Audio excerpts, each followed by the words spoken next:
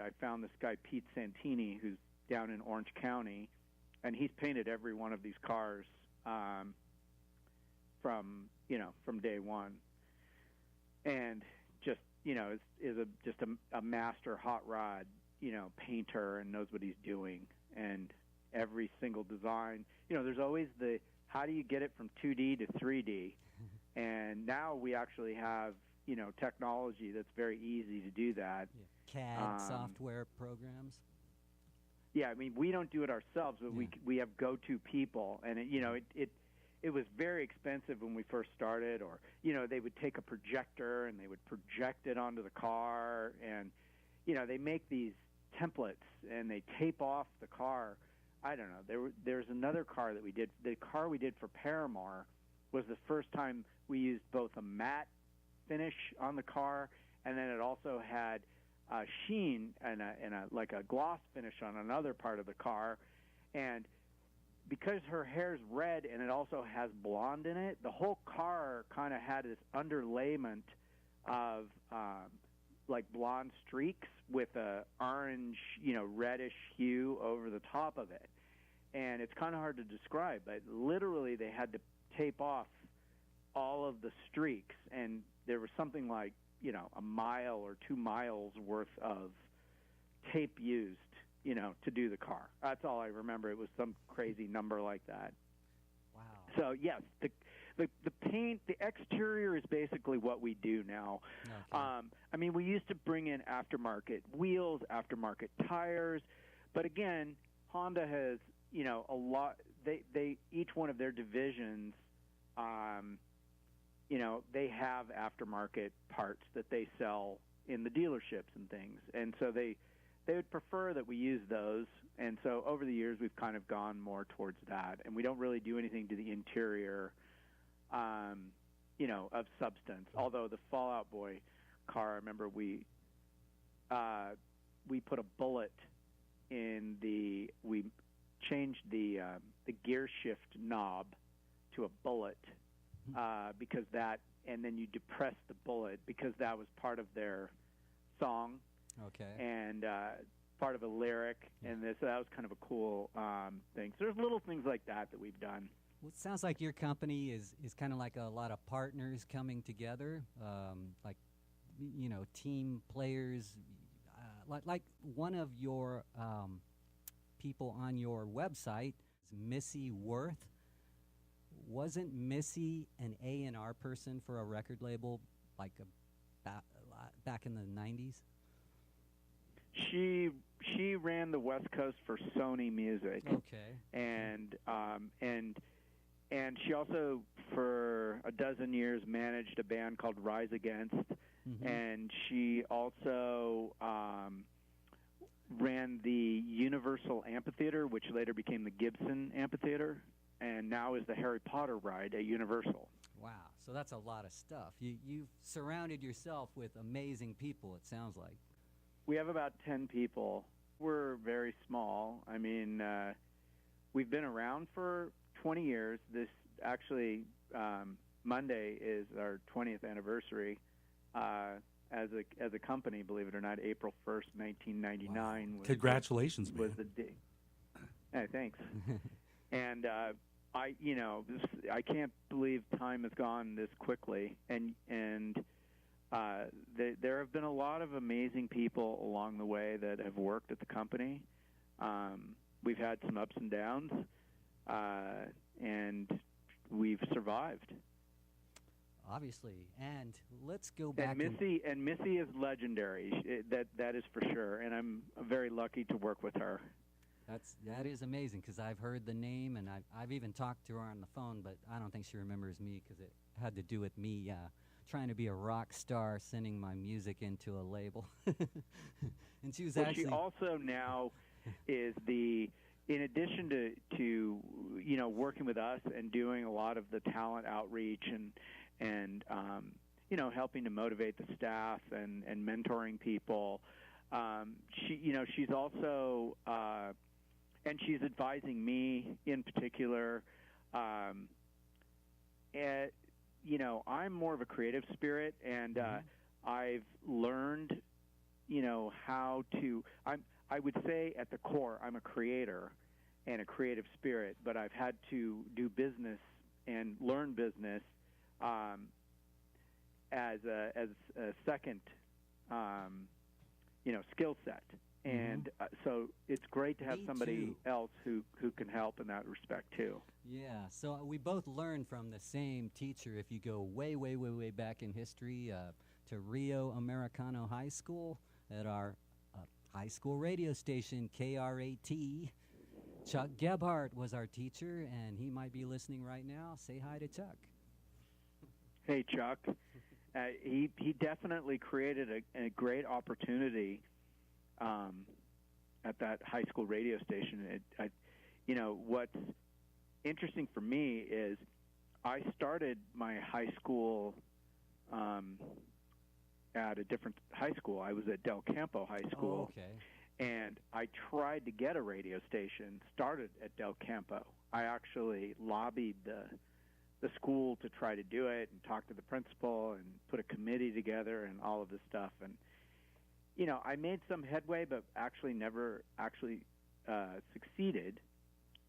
And one of the reasons that I wanted to change schools, which I successfully did, was because of the radio station that was at Rio. That's amazing. And, I was in a similar story. We both went to the same high school. So did Sam, our producer here. That's right. And, Sam, is anyone calling in yet? We're looking for some phone calls. I'm surprised no one's called yet. Okay. Anyway, KRAT, the way I ended up there in the 10th grade in 1978 was my dad decided he gained custody of the kids after our parents got divorced, and he decided he wanted us to go to the best high school in Sacramento. And he did his research, and he said Rio Americano had the best academic ratings that he knew about. So that's how we ended up there. Wow. And that's how I met. You were one of the first people I met there, Rob, and I was really drawn into your world because you and I had a similar vision of getting into radio. And you were on the radio at that time, weren't you? You were like 15 years old, the youngest DJ in Sacramento. He was the boy with the beat, I think. I remember that clip Oh, from... my God. It's so clear in my mind. It's like I see Rob on TV. Holy cow, the boy with a beat. And I think a Blondie song was playing in the background. Am I right? Am I remembering right? Very possibly. Yeah, I think so. Yeah. It's weird how I remember better you than might you. have a better memory than I do. So you're on Croy and then Candy, and you introduced me to people there, and I started getting involved in radio, but I went to Sac State for 4 years and then got into radio through Sac State. Meanwhile, you took off for San Diego, and you wound up at the Mighty 690 in San Diego, the sister station of 91X, and ultimately 91X. Is that right? Right. Okay, so Yeah. so Mike Halloran. Mike Halloran told me I was going to be a DJ. Yeah, right. But what changed that? I think I'm much more of a, like I said earlier, I'm much more of a creator, and I didn't think I was great at DJing. And the interesting part of you were my idol. going. Yeah, me too a little. Yeah, I mean, I would say let me say, I appreciate that. People don't realize what it was like to be on the Mighty 690. 91X was like a luxury apartment compared to the Mighty 690. People think that 91X is in the top of the hill in Tijuana. So the distance from the border to the radio station was about a 5-10 minute drive. To get to Mighty 690, you had to actually go through Tijuana and go all the way down the toll road to this place called Baja Del Mar. And you had to go under the toll road, up a hill, to these towers. And there was really nothing there. It was like a transmitter and a coffee, like a coffee burner. And I think I heard Max and Halloran talking about how there's always a Mexican engineer there, and it was just a bizarre experience. You're alone in this place in a foreign country, and I could see the ocean. I was actually, looking out over the ocean up on a hill with a big window, and I'm talking to people in San Diego and L.A., and it was just very weird. And, also going back and forth across the border, sometimes I would be going 2 or 3 times in a weekend, and the weekends were the worst possible time to cross the border. Man, border waits are around. Sorry, Rob. Border waits are around 3 to 4 hours these days. What were they back then? Longer or shorter? About the same. No, they could have been that long. Wow. I mean, probably the shortest a border wait would be is like 45 minutes or an hour. Oh, right. And then I also lived in North San Diego County, so there were times where I actually just camped at the radio station. And at that time, I wish I would have surfed. I was not into surfing. Yeah. I didn't discover that until probably about 10 or 15 years ago. And I had amazing opportunities to surf, and I didn't even do it. And I had a great location to do it. But what was that? It was like camping. Carlsbad or Oceanside? Yeah, I lived in Carlsbad. Okay. But it was like camping because there were no restaurants there. There was nothing there. It was just fields. And I'll tell you, the thing that I always thought was kind of cool was I had heard these stories of Wolfman Jack being on the radio, and he was on this station called XERB, which was a little bit further down the road.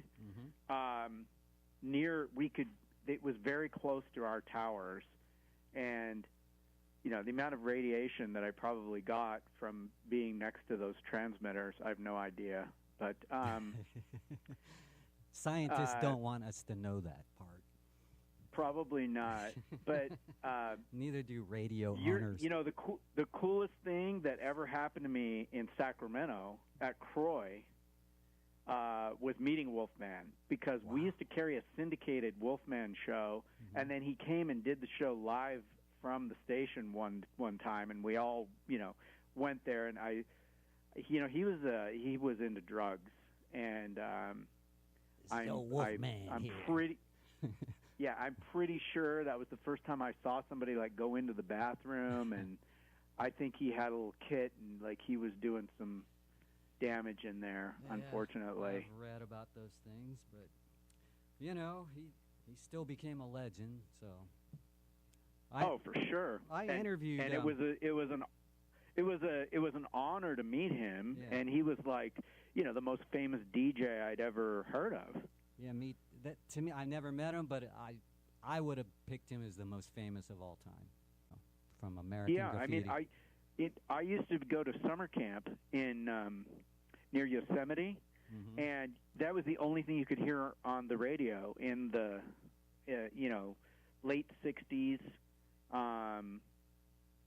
You could actually tune him in at night, and I know people used to listen to that guy. Oh yeah. And yeah, that's how I had heard of him when I was just a kid. Well, that's how we grow up, with those kind of images in our minds. And, it seemed to me that you were going to become something really successful. I mean, I knew you as a guy on the air who knew a lot about music, and I just knew that, if it wasn't going to be radio, it was going to be something bigger than that, maybe.